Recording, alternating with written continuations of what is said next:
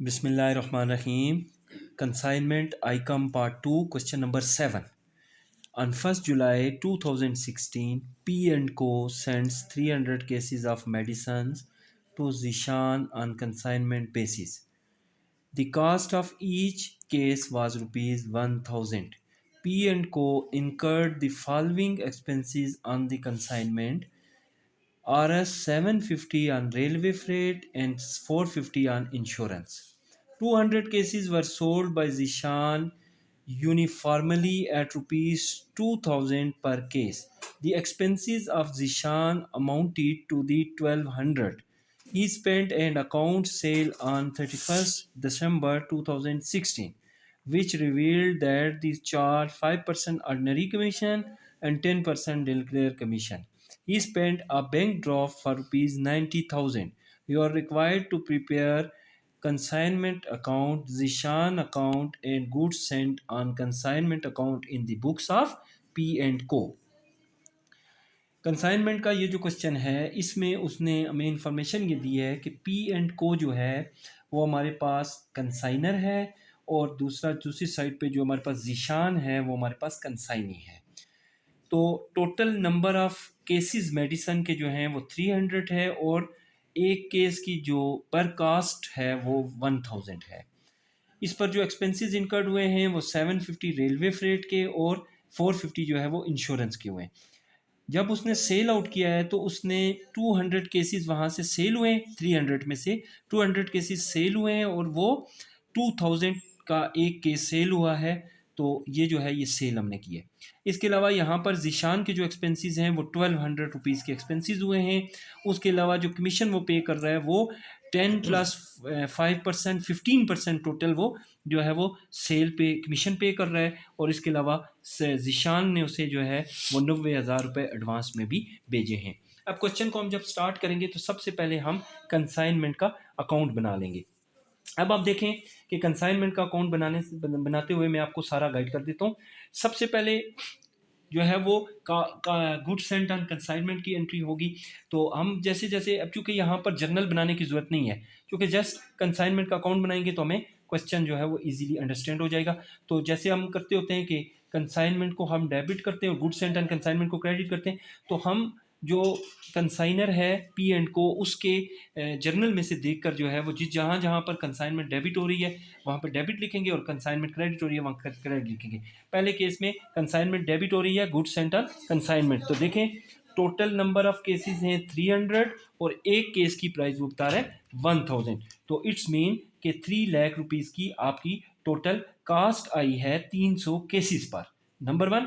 Number next वो कह रहा है कि उस पर जो है वो एक्सपेंसेस इनकर्ड हुए हैं 750 इन फ्रेट के एक्सपेंसेस हैं और 450 जो है वो हमारे पास इंश्योरेंस के एक्सपेंसेस हैं। अब 1200 एक्सपेंसेस हैं जो कि in the form of cash है, तो इसमें भी कंसाइनमेंट डेबिट और कैश क्रेडिट हुआ है।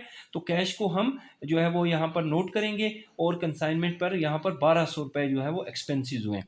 इसके बाद वो कह रहे हैं कि सेल हुई है 2000 का एक केस सेल हुआ है और टोटल नंबर ऑफ केसेस जो सेल हुए हैं वो 200 केसेस सेल हुए। तो हमारे पास सेल जो है वो 4 लाख रुपीज़ जीशान को सेल की गई है, जीशान और ब्रैकेट में आप सेल शो कर देंगे तो 4 लाख रुपए की सेल भी हो जाएगी। इसके अलावा जीशान के पास जब चीज़ें पहुंच गई तो उसने जो एक्सपेंसेस किए वो 1200 के, तो एक्सपेंसेस और ब्रैकेट में आप जीशान अकाउंट लिख देंगे 1200। इसके अलावा जो कमीशन है, अब देखें 4 लाख रुपीज़ की टोटल हमारे पास सेल है, उसका 15% जो है वो हम निकाल देंगे जो है वो कमीशन के लिए। तो कमीशन जीशान 60,000। टोटल सेल जो है हमारे पास यहाँ पर 4 लाख रुपीज़ है, उसका हम जो है वो निकाल लेंगे 15%। तो हमारे पास सेल जो है वो 60,000। अब हमारे पास अब हमने निकालना है। अब आप देखें जो टोटल मेडिसन के केसेस थे वो हमारे पास थे 300, उसमें से लेस कर देंगे वो जो हमारे पास सेल हो गए समझने के लिए वो हैं 200। तो हमारे पास टोटल नंबर ऑफ रिमेनिंग जो केसेस बच गए अनसोल्ड बच गए वो हमारे पास 100 केसेस बच गए। ये अनसोल्ड जो केसेस हैं वो 100 हैं। तो अब हम वर्किंग वन करेंगे। हम सबसे पहले निकालेंगे कैलकुलेशन ऑफ अनसोल्ड स्टॉक। यहाँ पे हम कैलकुलेशन ऑफ अनसोल्ड स्टॉक तो इसका फार्मूला किस तरह से करते हैं, cost price of unsold stock. अब देखें 200 सेल हो गए, रिमेनिंग 100 के सेल हुए, तो अब कास्ट प्राइस के साथ मल्टीप्लाई करें तो कास्ट प्राइस 1000 है, तो 100 multiply by 1000 equal to 1 lakh.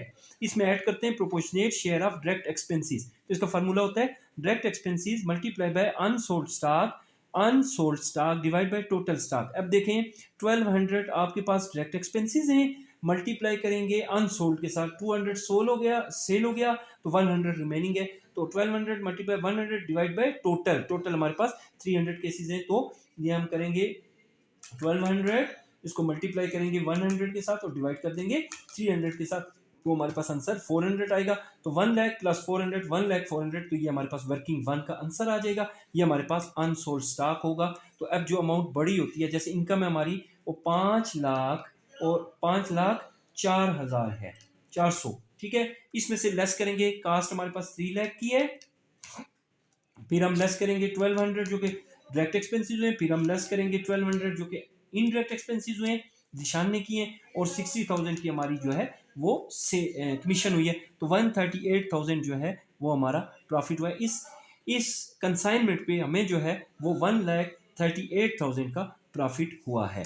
इसके बाद वो कह रहा है कि कंसाइनी अकाउंट यानी जीशान का अकाउंट बनाएं, तो जीशान का अकाउंट जैसा कि आपको पता है कि सेल की एंट्री होती है, तो वहां पर जीशान जो है वो 4 लाख रुपीज़, तो कंसाइनमेंट की वजह से जो है वो जीशान डेबिट होता है, तो कंसाइनमेंट को क्रेडिट ये साइड पे डेबिट साइड पे लिखेंगे, और यहाँ पर हम इसको 4 लाख के साथ जो है वो यहाँ पे अमाउंट पुट कर देंगे। इसके अलावा उसके जो एक्सपेंसेस हैं वो सारे के सारे आपने क्रेडिट साइड पे लिखने हैं। 1200 उसके एक एक्सपेंसेस है, हम ऊपर नोट कर चुके हैं, और 60,000 की उसकी कमीशन है। इसके अलावा उसने अमाउंट पे की है 90,000, ये देखें उसने यहाँ पे मेंशन किया है कि at the and he sent a bank draft, क्योंकि बैंक ड्राफ्ट की सूरत में है 90,000, दैट्स वाई हम यहाँ पर बैंक लिखेंगे। अगर ये कैश की सूरत में होता तो यहाँ पर हम कैश मेंशन करते। अब जो भी बैलेंस बड़ा होगा, ज़ाहिर 4 लाख में से 4 लाख टोटल हमारे पास है, 4 लाख बड़ी अमाउंट है, इसमें से हम 1200 माइनस करेंगे, फिर उसमें से हम 60,000 माइनस करेंगे, और उसमें से हम 90,000 जो कि उसने एडवांस पे किया, तो 248,800 अभी भी